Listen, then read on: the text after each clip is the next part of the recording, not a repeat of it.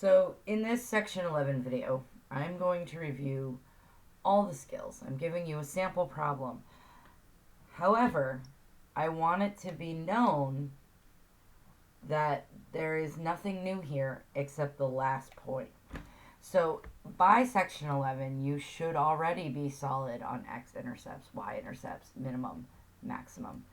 And now we're going to be doing the inflection point. So I'm going to breeze through the skills. Okay, I'm going to breeze through the early skills and get right to the inflection point. If you need to review these skills, these are all from x-intercepts and y-intercepts are all the way back from section 1. If you need to review finding the min and max, that's new. That's from section 9. And then the inflection point is section 11. So these, I'm just going to I'm going to do them out, and they're going to magically appear on your screen because I'm going to pause the video. But I'm going to give you the steps so that way there you can see them worked out. But I'm not going to spend my time narrating them. Okay, so now some math should have magically appeared on your screen. And now we're going to talk, so you have the done out x and y intercepts. Now I want to talk about finding the minimum and the maximum and the inflection point. So when we're finding the minimum and the maximum, we're setting the first derivative equal to 0. Keeping the original equation in mind, negative 3x cubed minus 18x squared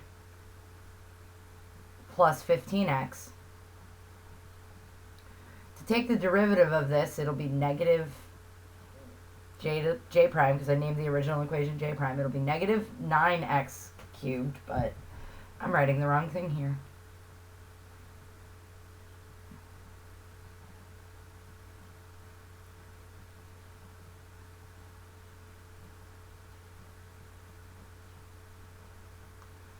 It's negative 9x cubed, squared, minus 36x plus 15x.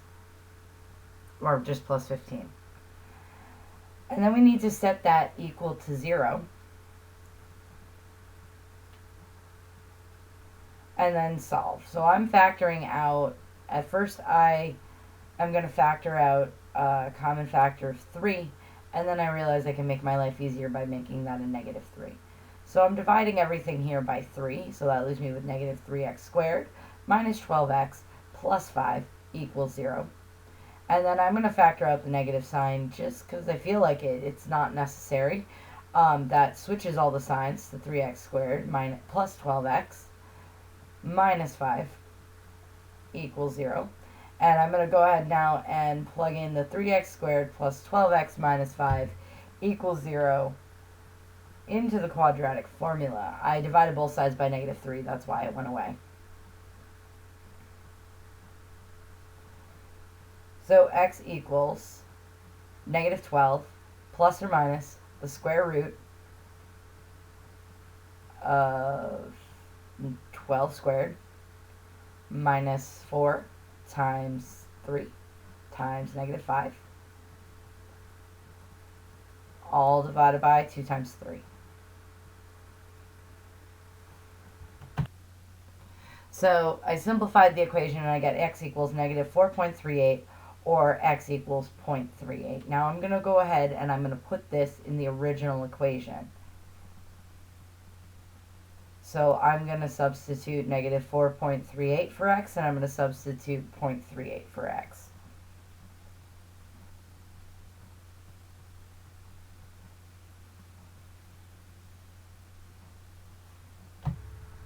So we have a minimum and a maximum at x is negative 4.38 and y is negative 158.94.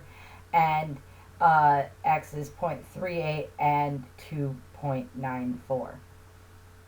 And now what I want to do is I want to look at the inflection points, which is the new content for section 11.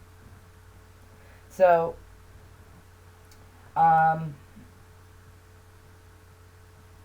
I need the original equation so I know what I'm doing, because there's a lot of math here. There's a lot of algebra, as you can see. I've gone through 3 PowerPoint slides for just one problem. And so I've written down my original equation. Now I'm going to write down my derivative. So my first derivative, which we've already worked with, which is negative 9x squared minus 18x, or minus 36x, I'm sorry, plus 15. And now we're going to take the second derivative, which is just doing the same thing but of the first derivative. So that's negative 18x minus 36. Now, I'm sure at some point you guys are wondering why the constant fell off and why that x fell off. So if I had negative 36x to the first, which is really what we have here, I would take the 1 and multiply it by the 36, and then I would subtract 1 by 1. So that would give me negative 36x to the 0. Anything raised to the 0 is 1. So that leaves that with negative 36, and the constant rule tells us that the constant drops off. So now I need to set the second derivative equal to 0.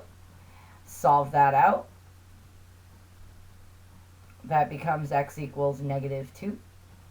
And now I'm going to put that in the original equation. And that's why I wrote down the original equation here. So that'll give me negative 78. So we have an inflection point at negative 2, 78. Negative 78. Now, a note about inflection points. I know I'm still writing this, but a note about inflection points. If you have a quadratic, you don't have an inflection point because it doesn't change what we call concavity. It's either concave up or it's concave down. In a cubic or higher, which is the x cubed, then you have inflection points, okay? Because it has to change because it goes up and down and like a roller coaster. So it has to have that point where it goes from up to down. So hopefully this was helpful. Good luck.